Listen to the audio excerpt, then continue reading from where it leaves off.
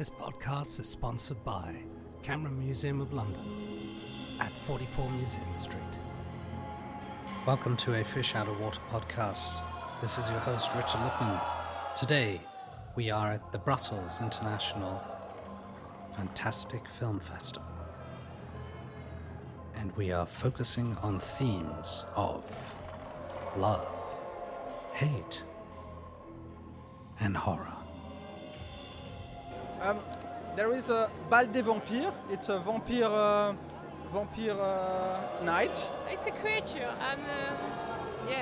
Someone making very cold sun, lizards.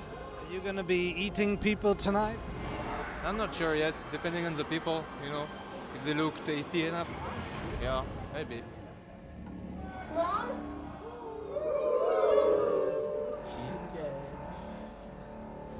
Oh, hi. What's your name? What do you do? I'm Guy Delmotte, and I was the general director of the festival. Are you a fan of fantastic films? Yeah, of course. Everybody here is a fan of fantastic film. I hear it's one of the only festivals where the audience actually, does VO during the film. Is that correct? We comment and we refuse to say we are the police of the film festival. So if the people have to say something about it, tell them.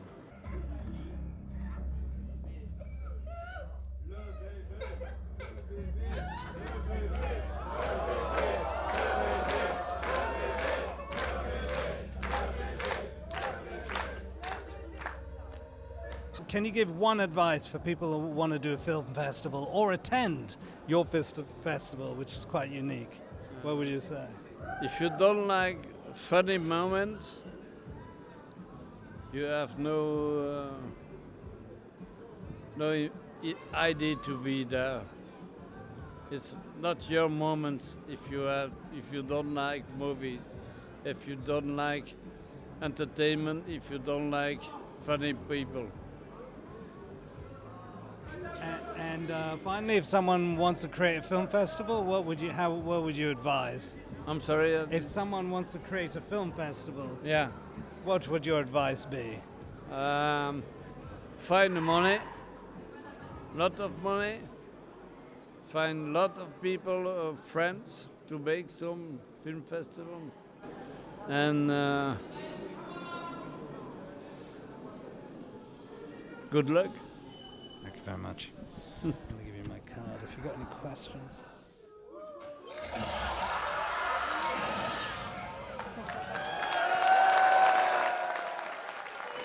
Ça s'appelle comment? What's the name of this?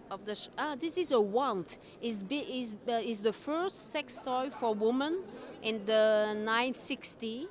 There was in the beginning for a massage, and the woman take it for massage for the clitoris.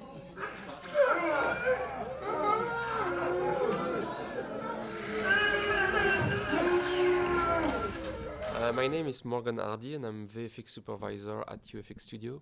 I went to a school with a VFX school, and then I made some different studio, and after years and years of experience, you just move from being an artist to a supervisor. Tell us about your latest, most successful project. My latest successful project, I would say, it's The Abyss. It's a Swedish movie.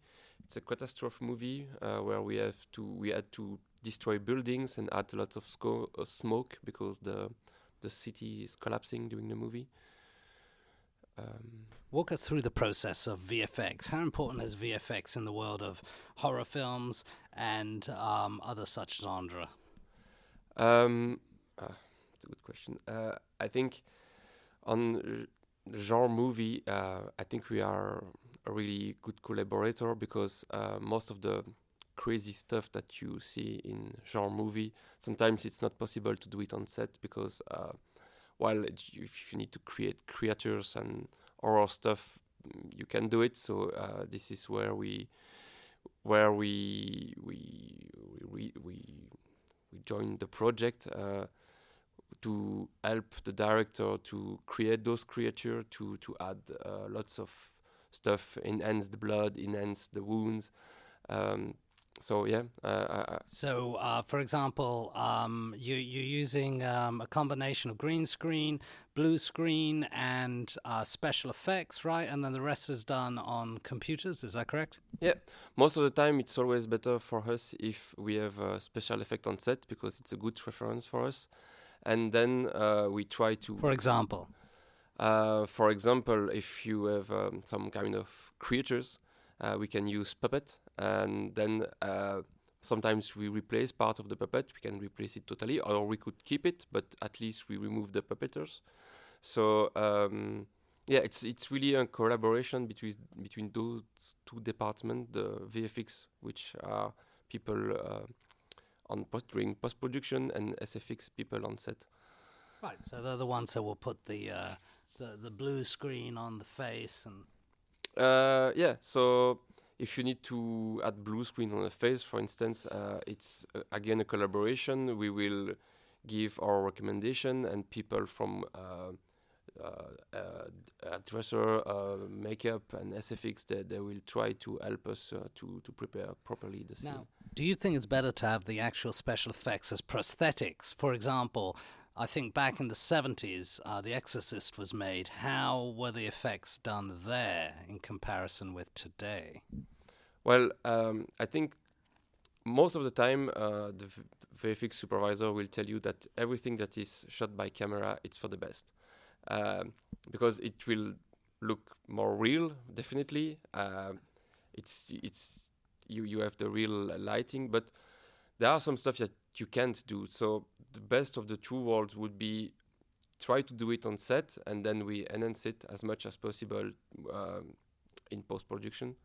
That would, I think it would be the best solution. But in the meantime, now that we can do everything in post, it's sometimes easier to say, okay, I'm not gonna take my decision on set, and then we will see later. So it's a bit the balance between finding the balance between having something that is already nice on set, but you can tweak later. Interesting. So everyone is using VFX, in science fiction, including, all the Star Wars and Dune, I suppose, used lots of visual effects. Is that correct? Yeah, definitely. There are huge projects for VFX. But now every project has VFX. Even small project, most of the time, there is always something to do, something to tweak. So even if it's a really small or short movie, small budget, you're gonna have some tweaks at the end. So yeah, VFX is in every movie. Maybe even commercials, like you're in a football pitch and you want 10,000 people in the crowd, so you just create the effects. Yeah, definitely. Most of the time, there is basically VFX now in every project, either commercial, series, long movie, short movie, everywhere. And what is your opinion on the advent of AI? So the ability to generate VFX automatically with a much smaller cost. What's your opinion on that? Yeah, of course, it's a big subject for us. It's scared a lot of people. But in the meantime, AI will always reproduce what already exists. So we need to create the basic. We need to create a first image that AI will try to reproduce. And to be really honest, when you do a movie, everyone is so picky. We are pointing details. We do lots of iteration. Or can you move this or this? But just this part.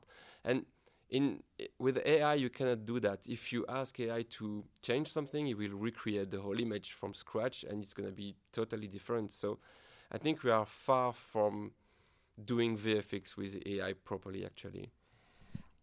What kind of budgets are we talking about? Is it possible to do VFX on a very small $100,000 budget, or do you need $1 million plus?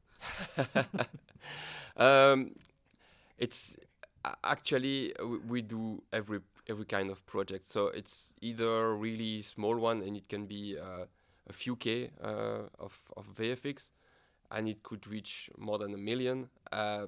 Depend of the project. There is no limit either side.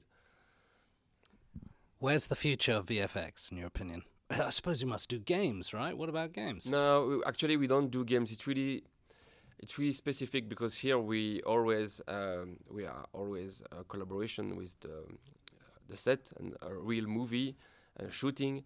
And for video games, it's totally different. The experience is not the same. You need to think about the players, and you are completely creating something from scratch.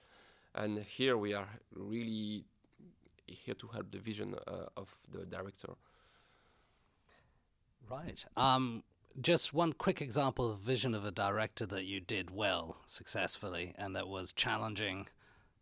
Well, for instance, on The Abyss, they wanted something that is really impressive on a big VFX shot.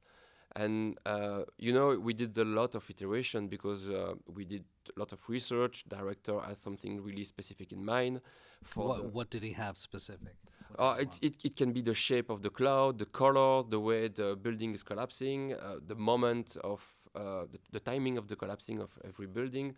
So you do proposition, and then we have a discussion. We do it again and again and again until he is happy, and this is what he had in mind. Does the director have to be here in person, or can you work remotely? No, definitely we can work remotely. He came here a couple of times to watch it on a big screen, but most of the time we have weekly session when we share a screen, and he gave us comment about our last version. And where's the future of VFX, in your opinion? Future of VFX. I really hope, especially in Europe, that VFX will be more part of the pre-production and the production, because most of the time we receive call from production about a movie that has already been shot, and it's a bit late to start the process because we have to do with what has been shot. So I would say I really hope in the future we take part of the process like every other head of like the DOP, like the screenwriter, like everyone else involved in the project. For the moment, it's a bit like, okay, if we have VFX, we will have a look at that later during post-production. But no, we need to be there since the beginning to help the project.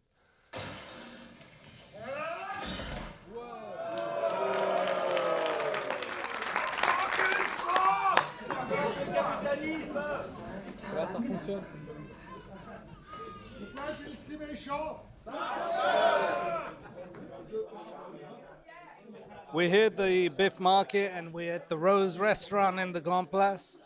Wonderful restaurant, and we're having a very serious meal here. Everyone from producers to directors are here discussing their projects. I just want to introduce you to a few people right now. Who are you? Hello, my name is Thomas Ancora, and I'm a writer, director, and actor.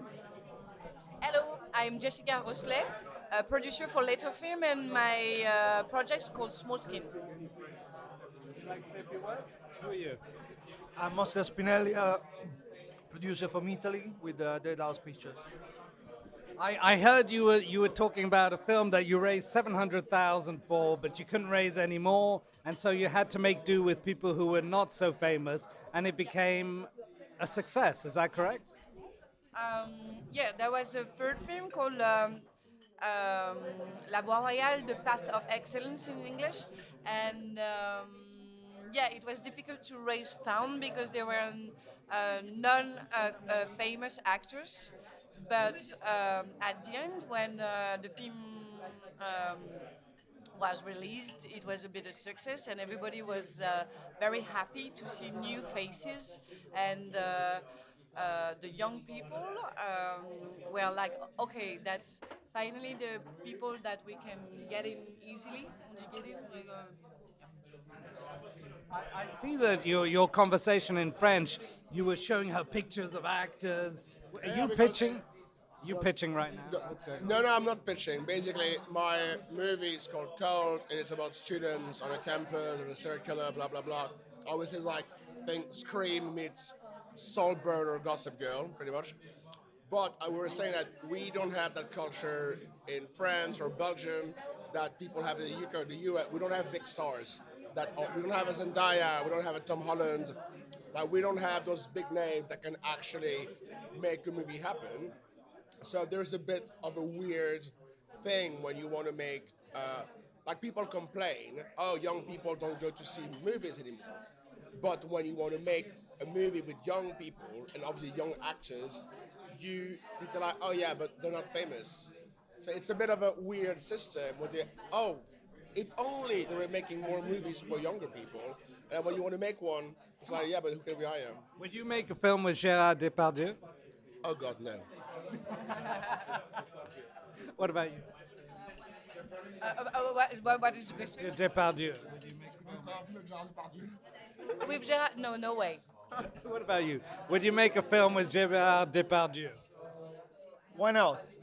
Oh, I can give you many reasons why not.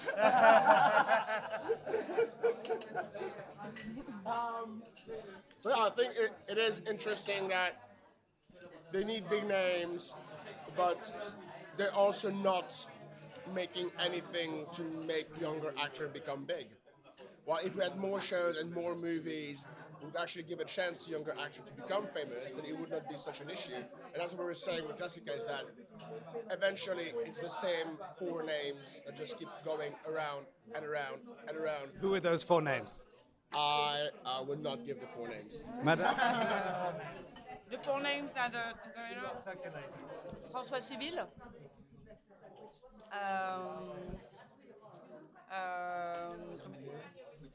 Yeah, Pierre Néné.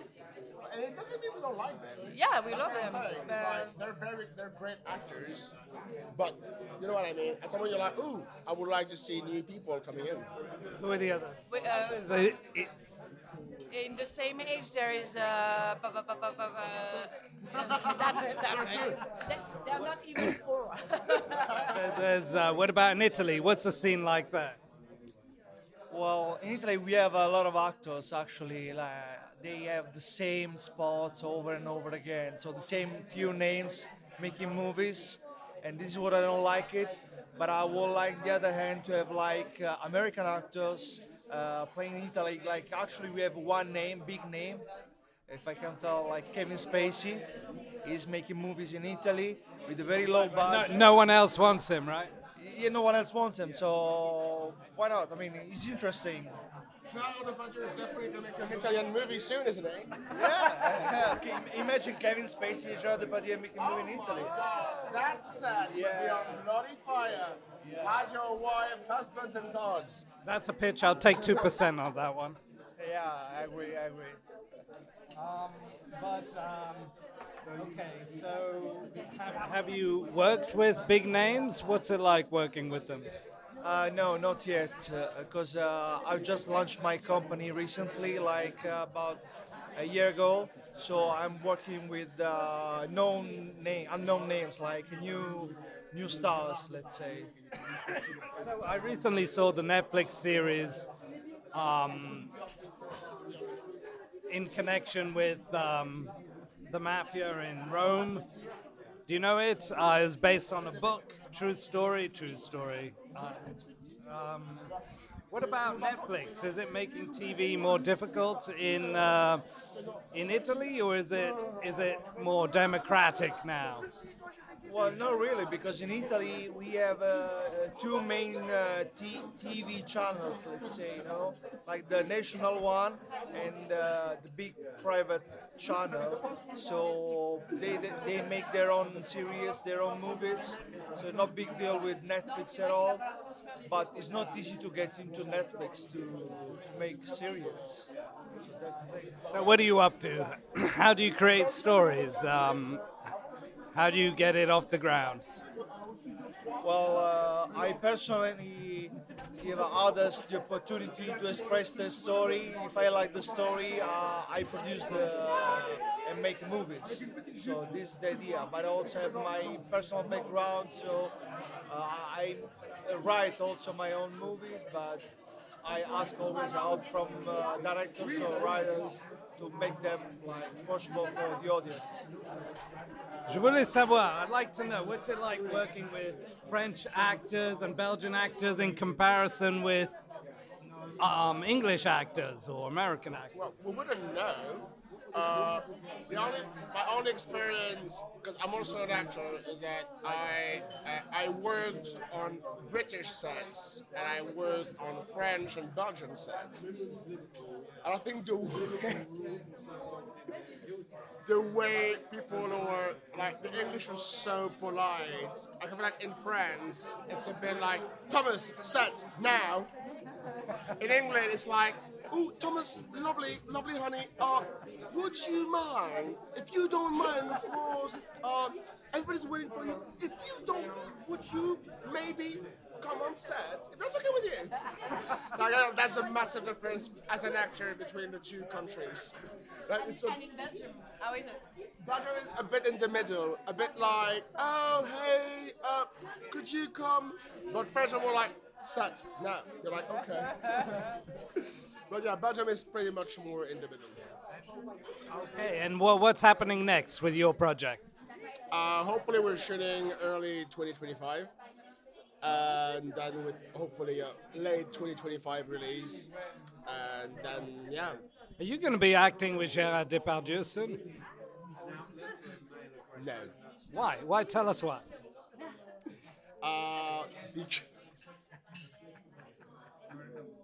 Because I love to wear skirts and I wouldn't trust him around me. Tell me, have audiences changed today and 50 years ago? What are the audiences like today? What do you think about your audience when you're pitching films to try to get money? You tell them this is for an audience. Yeah, of course you have to think about your audience, but I think that they actually changed because now they can have films on platforms, so they're coming back to theater since the early 24. They're really coming back on theater. Do you feel that? I do believe that we had a bit of a few weird gap years. We had so many options, you know. But I think that at the end of the day, just like 50 years ago, and just like any 50 years, people just want a good story. So eventually, it all comes back to making good stories and good movies and good shows. Because I think we're going back to making a bit less slowly, because there was this explosion of content, especially during COVID. And I think everybody got fed up. Like, my favorite platform is Apple TV, for example, because I like less choice, but it's high quality. And I think that people are because we've been so overwhelmed with everything, and at the end you just want to have a good time. So the most difficult thing that the big lack of theater is the young people. Young people doesn't go to see a movie, and it's a real problem. We don't know how to get back the young audience. Instagram, right? Instagram, Facebook. Yeah, and platforms, and I think they're waiting for a different film that I think genre film can. Is it possible they don't relate anymore to your stories? There's a tide of. They don't relate anymore. Young people can't relate to your stories anymore. Yeah, I think so. I think the movie has to propose them a different story, and I think genre movie is the solution. Personally, I think. What's your genre? My genre film is a body horror movie. Oh, I see. So you visit graveyards on a regular basis? In what? You visit cemeteries? No, not personally, no. No, in my film there is a big scene that guys making love to a creature. That is. You know what? To come back to the content and stuff, right before COVID hit, I remember auditioning for this show that was. What was the name of this platform? They launched a platform. People put millions in it. That was going to make TV shows for your phone, and the episode were going to be like 3-4 minutes. But it was a massive. It was not comedies, or it was just this massive. And I went auditioning for this war thing. So it was like massive budget. And people were like, "That's the next big thing. That's what the young people want. They want short thing to watch on their phone." It got bankrupt in a few months. So that's what I'm saying, is that I don't think that they need this, because obviously they tried and it fell massively and people lost millions. So eventually I think we're always going to come back to good old-fashioned movie and TV series. As someone who's acted alongside teenagers and made movies for teenagers, how do you tell stories? How do you know what they think? Do you have to be around them in order to tell stories and get dialogue, you know? Well, and I always have my dialogue, but like for example for Cold, I got the cast involved also.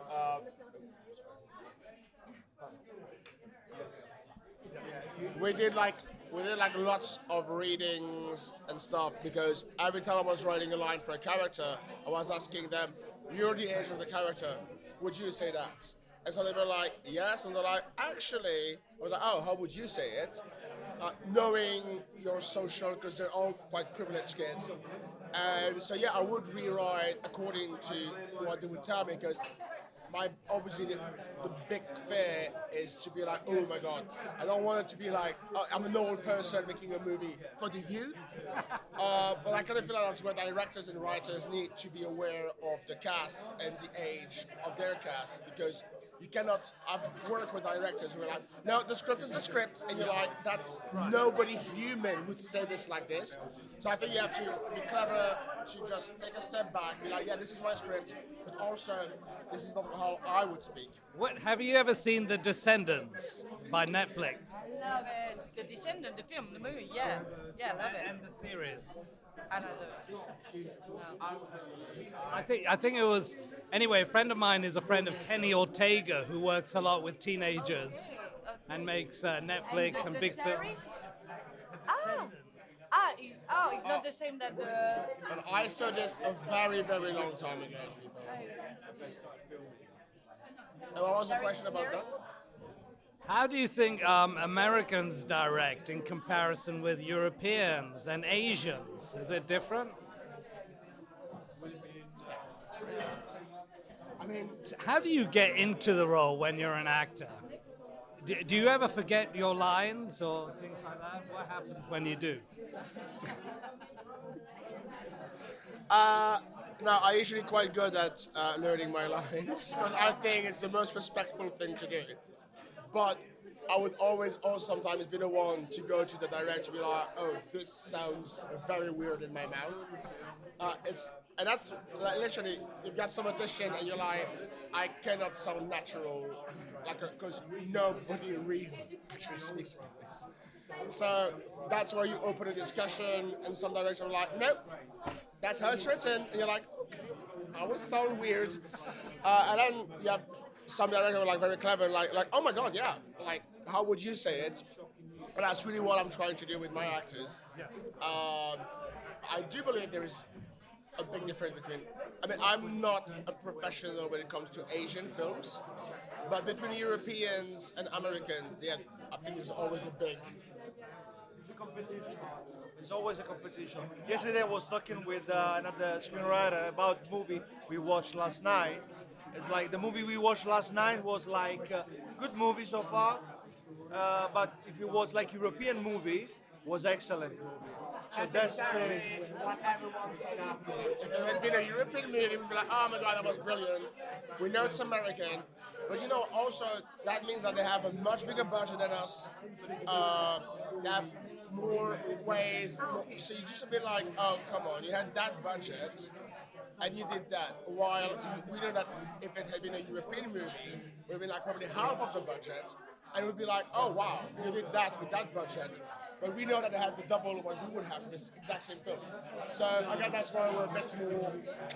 Tell me, how are you finding the festival? Are you managing to raise the funds you need to raise here? Or what's the aim for you? How did you get invited? Are your goals being met? I will tell you in 10 days after they all read the script. No, anyway, even if I don't raise money, I think I really met people, and it's the most important thing, because if it's not this script or this project, I'm sure we can do for other projects.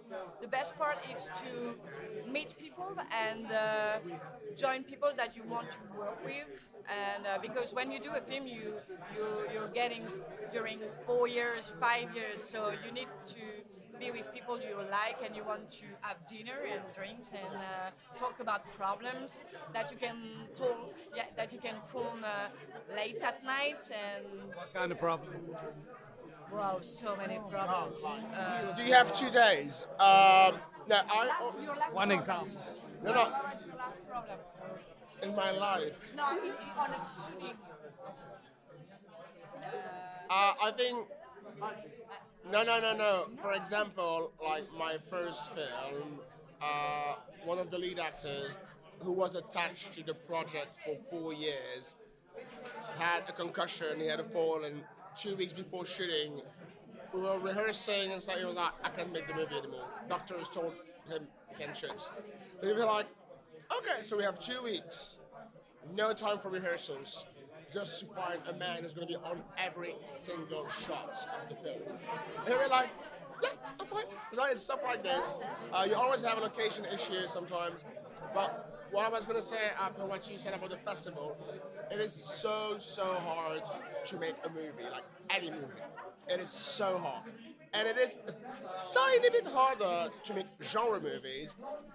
So being around people who feel the same, and it sounds stupid, but having someone be like, "By the way, I liked your pitch and your movie sounds great," you're like, "Oh my god." Because obviously, from next to most classic movies, you're like, "Oh, we feel like the outsiders." So it does feel good to be around people who want to make the same type of movies, because you're like, you got, even if it's compliments, sometimes you'll be like, "Oh, I want to read it," and "Oh, this is nice." It makes you feel like, okay, some people actually are interested in what I'm trying to do. And that's like, we all need a bit of a boost sometimes. Come on. I know that in the past there are stories of people stealing ideas. What do you take of that? Yeah, it happens a lot. What can we do? We don't know. Maybe they're stealing, maybe they're not, maybe it's the... Is there invisible competition? I know. I don't know how to answer that. The thing is, yes, sometimes happen, but other times you just get inspiration from, and then you make your own movie, your own story. But the best thing I suggest and always do with my project, always save the copyrights for the project before I go for pitching or to festivals or whatever, before sending an email. Someone told me there's no such thing as copyright on an idea. Like Sinbad the Sailor. So you can't protect it. Yeah, it's the way you do this idea. There's a lot of different points around the idea that is protected. Tell me, how much do you earn every year? Really, you want to know that? You want to tell me? That's a good question. I don't even know. Must be good.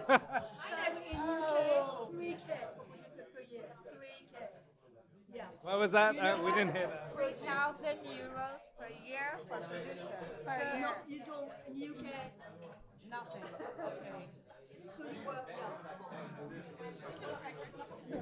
Okay. Okay. Tell us a bit about your experience of producing horror in the UK. We're going to move to the other side of the table here. Go on the other side. I'll get you another beer.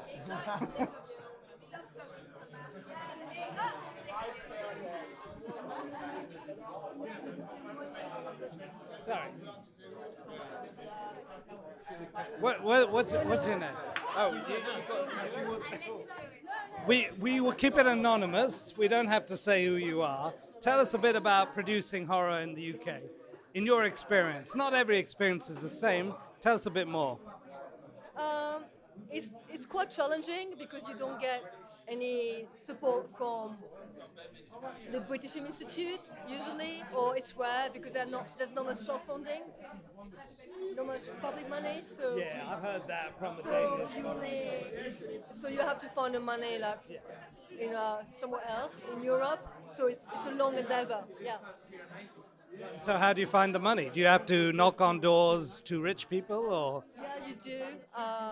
It's like a combination of private equity, pre-sales, loans, corporate loans. So yeah, it's a different setup. Yeah. And what films have you been making recently? What's your That's not anonymous then.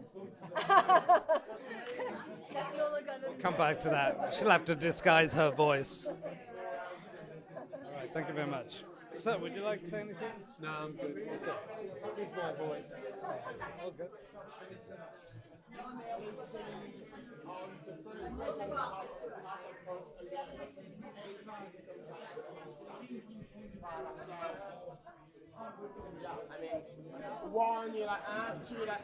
This podcast is sponsored by Camera Museum of London at 44 Museum Street.